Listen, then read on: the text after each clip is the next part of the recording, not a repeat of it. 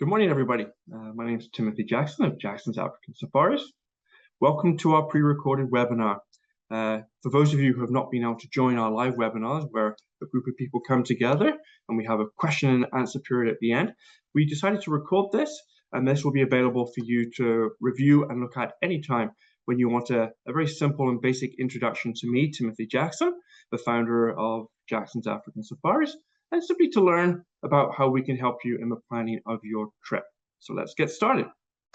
So how to plan a trip to Africa. Practical tips from a seasoned travel planner. That's me.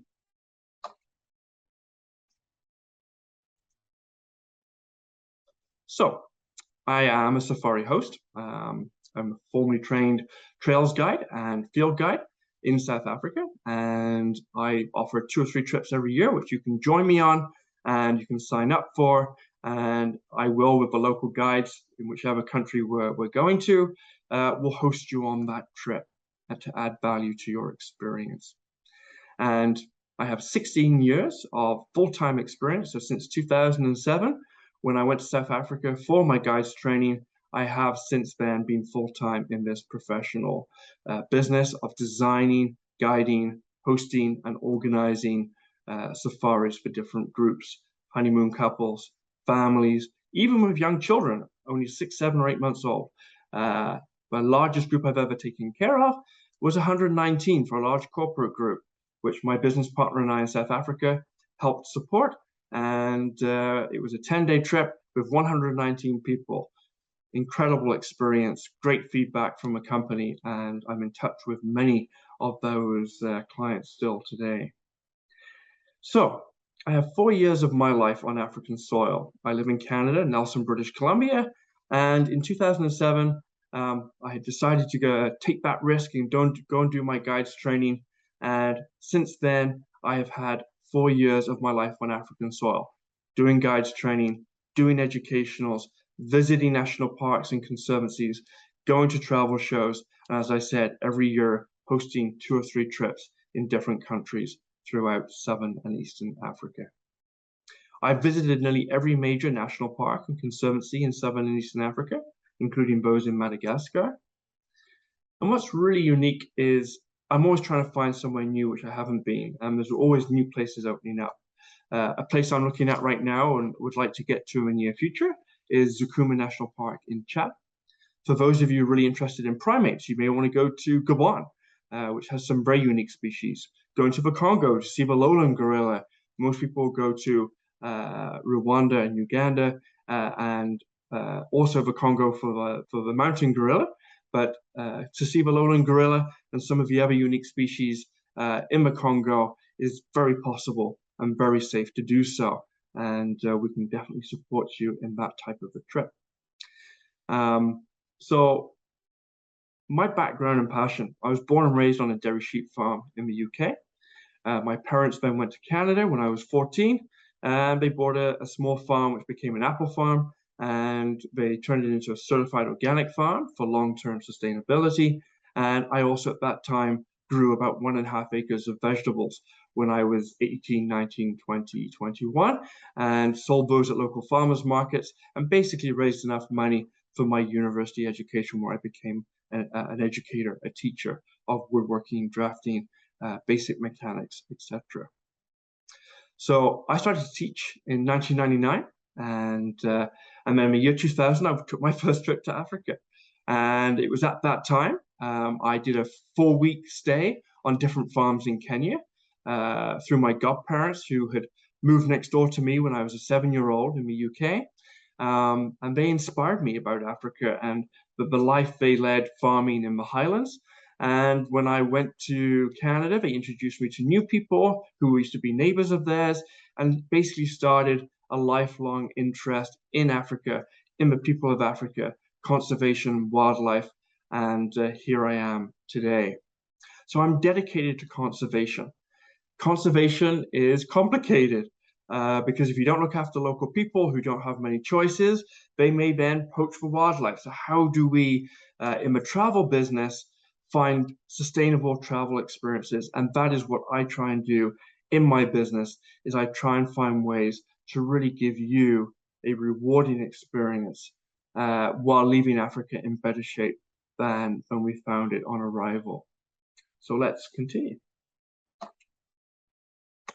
Our goal is to leave Africa in better shape than we found it after every trip. So what do? I create tailored trips. I get to know you. I get to know your children if they're going on the trip. If you're a retired couple, what are some of the things I need to consider? How far can you walk? Do you want to go walking? How much time do you want to do game drives for? How active do you want your trip to be? Are you a honeymoon couple? Are you willing to spend more to have those private rooms, bigger rooms? Is that really what you want? So I educate you on real high impact sustainable travel experiences. I design a trip, I can leave a trip, I can host a trip, or I can just send you with a local guide. There's many different ways trips can happen. In East Africa, a lot of the trips are point to point to point, which means you have one driver, one vehicle, and you go with the same guide from beginning to end, from point to point to point, from one park to the other, driving between the parks. Now, some of you say, well, I don't want to spend 5, 6, 7, 8, 9 hours on the road between all the parks. I want to fly. And that's an option for you as well. So that's when we have to look at your budget and all those sort of details. Many of the countries in Southern Africa are nearly all fly-in only. And basically, they have vehicles at the camps. And when you arrive, they transfer you to camp, settle you in. You then join whoever else is in camp. Or you may choose to have a private vehicle. And people have to understand, if you want a private vehicle at any camp, you generally pay about $500 more a day for that privilege. So I have the skills and experience to basically help you make decisions of how to budget a trip that is right for you. I help you put what is right for you in your shopping basket and basically make the decisions along the way. Ensuring your safety. Anything we do is going to be carefully designed. When you go shopping in your local community and you drive in your vehicle to town, you're taking a small risk in the fact that there could be somebody on the road driving who makes a bad decision and you could have a car accident. Well, it's just like when you go on a walking safari or a canoeing safari, there's always a small element of risk. But everybody we work with is highly qualified, highly trained, and I know the people who own these camps, who are paddling the canoes, who are doing the walking safaris. I understand their qualifications. And so you can be rest assured that the decisions we are making are with your best interests in place. So once we've designed your trip and gone through this formal process, and you've done a final approval of a final itinerary, you've signed a contract, you've given us a deposit, we then prepare you for that trip. And we have a special preparation pack for all of you to read through. And then we support you with all the details of visas, recommendations for your health, vaccinations, etc., etc. So the diversity of Africa's landscapes, wildlife, and culture can be experienced in so many different ways. The key thing here is, what are you looking for? Africa is huge. There's 54 different countries. Where do you want to go? If you've only got 2 weeks, and if you believe that this is a trip of a lifetime, and you're going to the continent of Africa just once, well, how do you decide? And I will help you through a formal process of making that decision. What activities are you going to do? I believe that being in a vehicle for a whole 10-day, 2-week experience is just too much. To do a real walking safari with a professional guide and with no noise, no disturbance, being out in the bush and experiencing safe, carefully calculated experience on foot with buffalo, with elephant, with antelope, seeing the birds, seeing the insects, looking at the spoor, which is the tracks of the wildlife. Tracking wildlife on foot is a thrilling experience if done safely and carefully. And so those are the things you and I will discuss to find out what is going to work best for you. Hidden gems, like what are those? What is a hidden gem? Well, I think there's 2 things to consider here. I believe luxury today is not the bed you're sleeping in, but it's to have a little slice of Africa, to have a wildlife experience with no disturbance from other vehicles and other people around you. And that it can be very challenging. And I suggest to you, working with me, I will show and demonstrate to you how easy it is to plan a trip where you will have an almost private experience. And that has come from 21 years of experience of having bad experiences, not being given the information I needed, and ended up at high times of the year when there's lots of tourists, lots of people, and just too much congestion and too many people, and having a travel planner who just does not have the experience. And I can assure you, I can lead you through a process to prioritize making sure your experience is going to be one that is luxurious in the fact that you will not be disturbed heavily from other people, unless, of course, you are choosing and making a decision with me that going to a location, for example, to see the wildebeest crossing the Mara River in August, high season, there are lots of people there then. You will expect to see 50, 60, 100, 200 other vehicles the majority of the time, if not more. It is a zoo, but at least you'll go educated, knowing and expecting and being prepared for that type of an experience. Now, we can also make decisions of which camp you stay in and where the crossings are least disturbed. But at least, again, we are having that discussion and you're going with that knowledge. So again, luxury is to me far more about having a more private experience, not necessarily the bed you're sleeping in. And that often is why you're paying a high price to go in an area where there's lots of big camps with 80, 100, 200 beds, and there's 3 or 4 of them nearby. Just imagine when they all go out on a game drive, it will be congested. But if you go into an area which is private, with only 3 or 4 camps, or 1 or 2 camps with 6 beds, 8 beds, 12 beds, now that's a whole different experience because you will simply go out and not see too many other people, if any at all. And maybe they have rules, for example, where you can only have 1, 2, or 3 vehicles at one wildlife sighting. So your experience is key, and that is how I will work with you, having these discussions, making sure you're getting the education you need, and I can give you that. So you need to rank your priorities to help plan the perfect trip.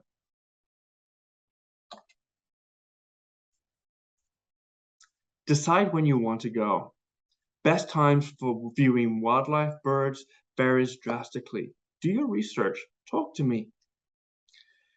Do you have flexibility when you can travel? The time of year, a lot of people go during the summer holidays from the Northern Hemisphere. So Canadians, North Americans, Europeans, they'll often go in late June, July, and August.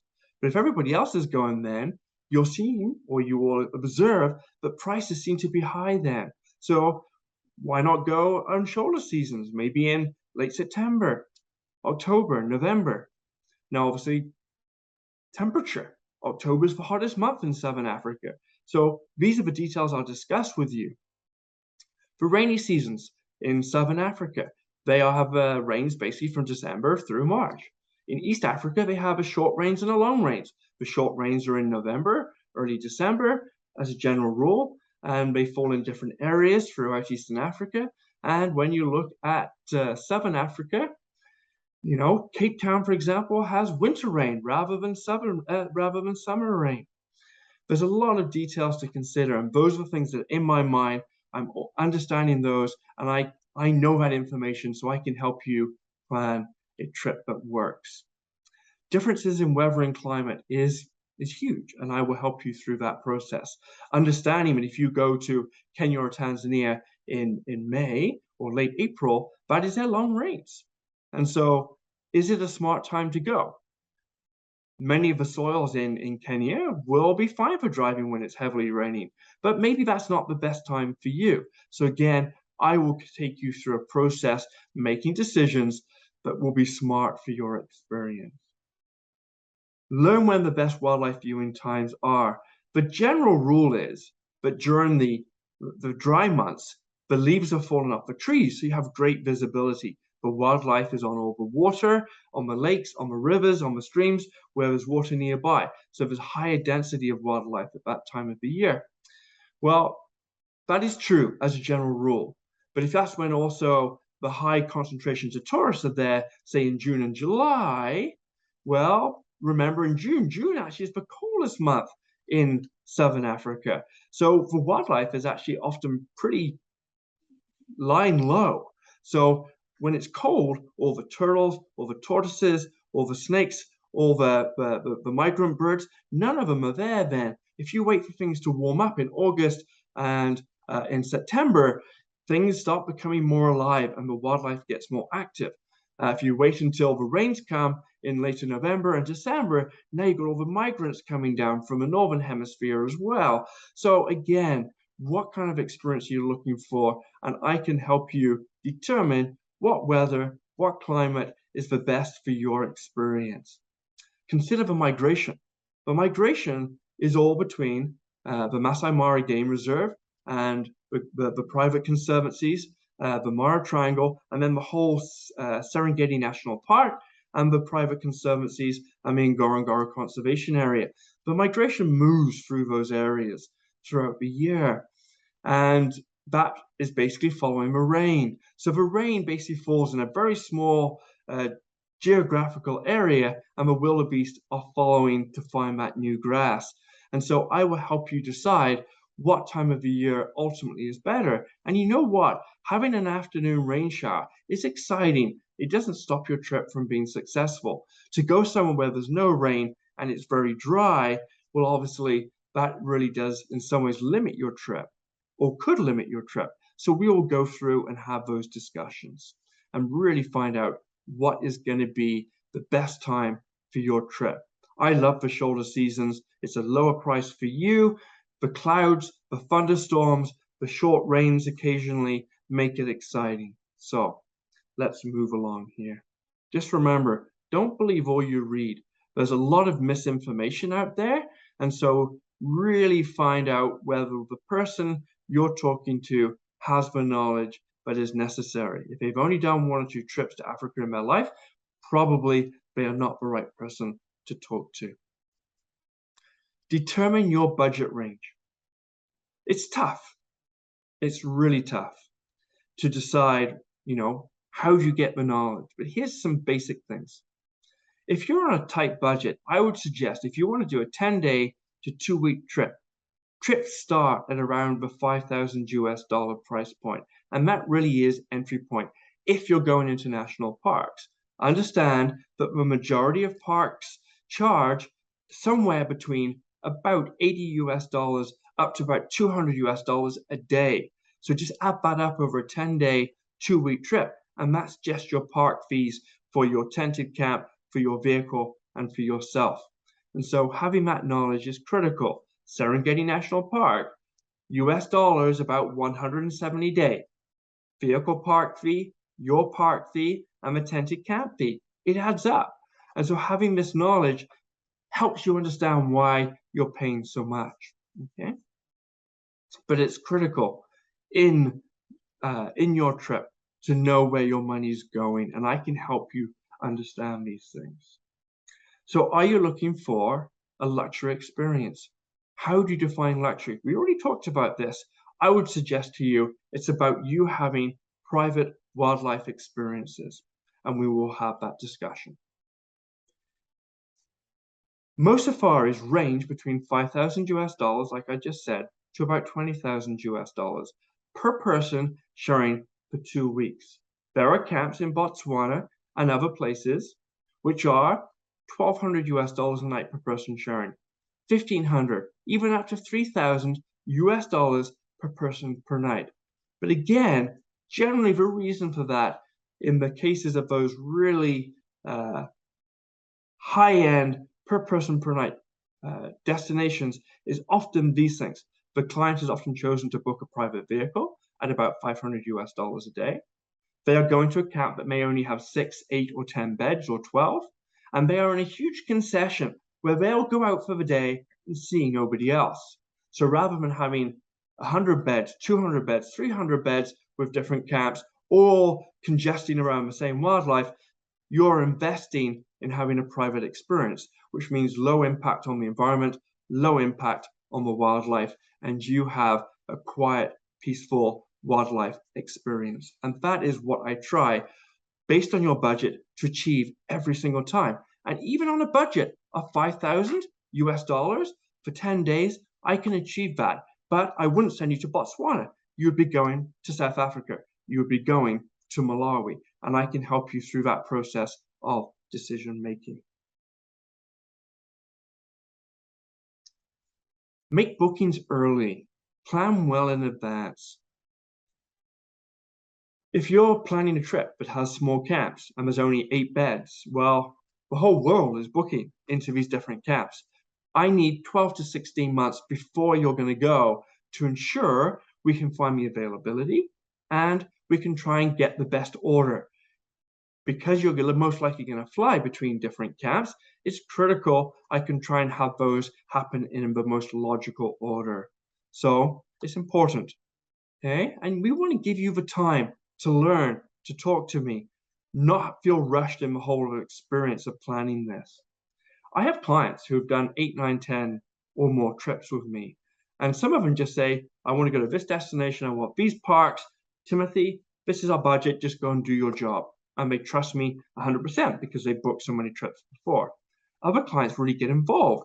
What species are we going to see? I want to see these species. How are we going to achieve this goal? And then I go through a process with them, looking at the options, looking at the camps, looking at the different prices of the different camps, and prioritizing which things are most important to them. So it takes time from me and from you. And some people don't want to spend that time. They have 3, 4, 5 hours. By the end of that time, they want to be booked, ready to go, done. And so we will decide who you are, what kind of a process is going to work for you, and then we will put that action plan in place. Book with a tour planner. I am your tour planner. We lead you through the entire decision-making process in as much detail as you want or as little detail as you wish. Every trip is custom, but it doesn't have to be complicated.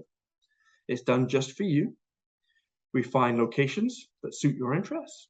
We believe in 100% transparency from the amount of money I'm making, where your money is going, how much is going to the camps, how much is going into conservation, how much you're paying for park fees.